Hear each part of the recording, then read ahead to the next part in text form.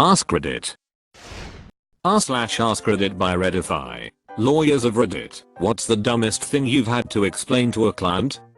Represented a client charged with statutory ape who had a large number of explanations for the various evidence in his case that I had to explain would not be a good idea to testify to or argue to the jury. The Kai jelly you purchased with the kid at Walmart was not for applying to an undiagnosed skin condition on your chest. The hundreds of pages of internet chat logs prior to traveling hundreds of miles to meet the kid, consisting of repeated explicit Excel overtures, emotional manipulation, lies about your age and wealth, and specific plans for how you would remove him from his parents' home were not meaningless banter. The fact that you had an active prescription for Viagra does not mean you are erexable. The semen matching your DNA did not find its way into the rectum of the 13-year-old boy because of your medical condition that results in leakage, and the fact that when you are staying in a hotel room, you do not lift the toilet seat when you urinate, which must have resulted in the material being deposited on the seat and transferred to the boy when he sat on the seat. You were not the victim taken advantage of by the hyper-XL teenager for whom you were merely trying to provide innocent emotional support. I had to explain all of these things and others many times. I'm not sure he ever actually believed any of them. JFC, that's beyond duct. He eventually fired us and chose to represent himself. He was convicted. He also sued my law firm, the state's attorney's office, the judge, 3 or 4 law enforcement agencies, the hotel, Walmart, and a video rental place, and various employees thereof individually. The suit was dismissed by the court. That he hadn't really won a 20 million euros European super lottery from Australia that he'd never entered, and that it was a good thing that his family, bank and church wouldn't lend him the $2,000 they said they needed to verify his identity, on top of the several hundred he'd already sent them, and that yes, his priest was right, it was a scam. This was during a clinic at a free community legal center. The poor guy had limited English and only $20 left in his bank account, and he really did not want to let go of the 20 million euro dream. His priest had sent him to us for advice because he wasn't having any luck talking sense into the old guy himself and thought lawyers might help. First, Australia competes in Eurovision. Now they are taking over the European Super Lottery. Next they'll be replacing England in the EU. That they had to pay me. This is more common than you'd think. For some reason, some people think lawyers are like their personal spiritual guides or fairy godmother. People really misunderstand what a right to an attorney is. You have the right to an attorney. You do not have the right to a specific attorney. When I was the legal intern at a criminal defender's law office, we had a client who was charged with murder. We explained to the client not to make any phone calls saying anything incriminating because it will be recorded. Where prisoners can use the phone, there is a giant sign that says phone calls will be recorded. On top of that, before you are able to call there is an automated recording that tells you that all calls are being recorded and monitored unless it is to your attorney, which are covered by privilege. Client made a call to his girlfriend that evening asking her to hide the gun. Edit. Just found out what happened to the case. Apparently it was dismissed. The defense attorney was really good. Edit 2, because I think my previous edit infuriated a lot of people. Yeah. It sucks that a lot of criminals tend to get out on some BS technicalities.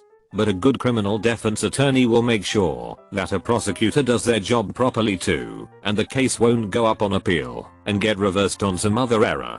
Also, I was just a lowly intern at the time. Stop sending me hate mail. I like to think that he was trying to speak in code. I need you to hide my sandwich to make sure no one can find it. Huh? You sandwich? Yes. My sandwich. The hot one. People will be looking for it. But we had pizza for dinner. No. My sandwich. Go hide my hot sandwich. The one with smoked meat. The cops show up. Find the gun on the table and see the end of a smoked turkey sub sticking out from under the couch. You mean the gun you used to kill John? Bankruptcy attorney here. If you know you're coming to my office to file bankruptcy, do not make major financial decisions before you talk to me. For instance, cashing out your 401k.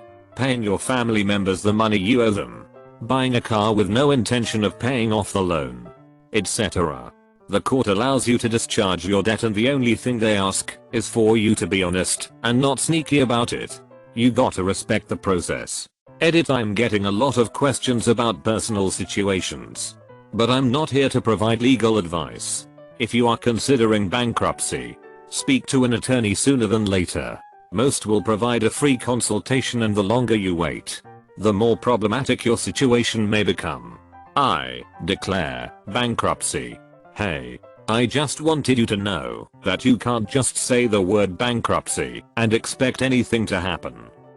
Well, from the other side, I once missed a court date and assumed that had put me in even deeper legal trouble. My lawyer then had to explain to me that dodging his calls to avoid being arrested was just dumb and the exact wrong course of action. If it helps. We get it all the time, and the law profession is full of those with anxiety/depression, both issues that can make you want to avoid facing stuff. Personally, I totally get why my clients would avoid the hit out of their problems. I hate opening my mail, but tell my clients on the regular not to avoid this. So your attorney didn't necessarily think you were an idiot. He would have just cringed at the hole he knew you were digging for yourself. LPT, answer the call from your lawyer. Dodge the call from your bail bondsman. I had to explain to a client why their ex-husband could travel with their child to Florida without obtaining a passport. As in, I had to tell them that Florida was part of the United States. Were they flying? I know a couple of people, especially those that have never left their state or are immigrants, that associated flying with passports. I knew many Americans have never left their country, and while that feels a bit strange to me, it is actually understandable, since US is so huge. But never leaving the state? I mean, states in US can be huge too, so it should be understandable too, but it feels bizarre to me. Don't signal to the judge you need to use the restroom during your trial by making eye contact and vigorously nodding while urgently pointing at your crotch. My friend wants to know what the proper etiquette is if you need to use the restroom during the proceedings. Do you just shout break and run toward the door as fast as possible? Well, tell your friend that as the defendant, you should tell your lawyer and let her take care of it. You should definitely not make a break for the door. It doesn't matter if you were sober or not. You jumped out of a third-story window with a rear bottle and threw it at a cop. The jury is going to think you were unk. Also, I think you were unk. Did he throw the bottle mid-air? 360 no scope. That you really can go to jail if we lose at trial. As a kid I thought the lawyer would have to go to jail too if they lost. That'd certainly make things more interesting. If a lawyer loses a civil case, does he have to also pay out the judgment to the other guy's lawyer? When a client called me this past Memorial Day and I asked why she was calling me on a holiday, she replied that she didn't think Jews celebrated Memorial Day. Never thought that I would have to explain that to anyone. Edit, to answer some of the questions. Yes, I'm Jewish. No, I never told her I was Jewish. I have an answering service which took her call and emailed me the message, which was that it was very urgent that she speak with me that day, given that the courts were closed and her case was a paternity and child support matter. I thought it had to be quite the emergency. It was not.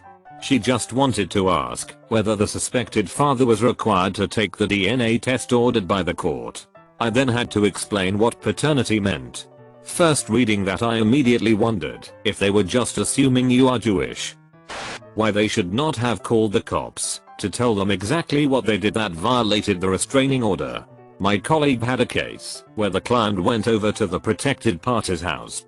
They weren't there. Then he called the cops and told them he was breaking the protective order. Basically the same thing, except the protected party was home.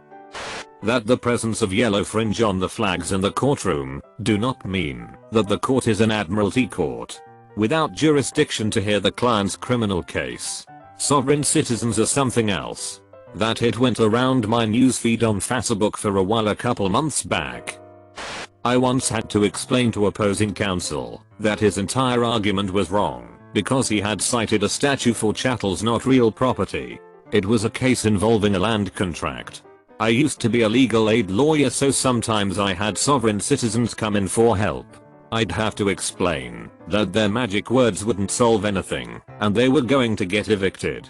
If they wouldn't agree to negotiate for settlement, I wouldn't represent them because they never had any real defenses and we didn't have the resources to litigate impossible cases. Edit. I get it.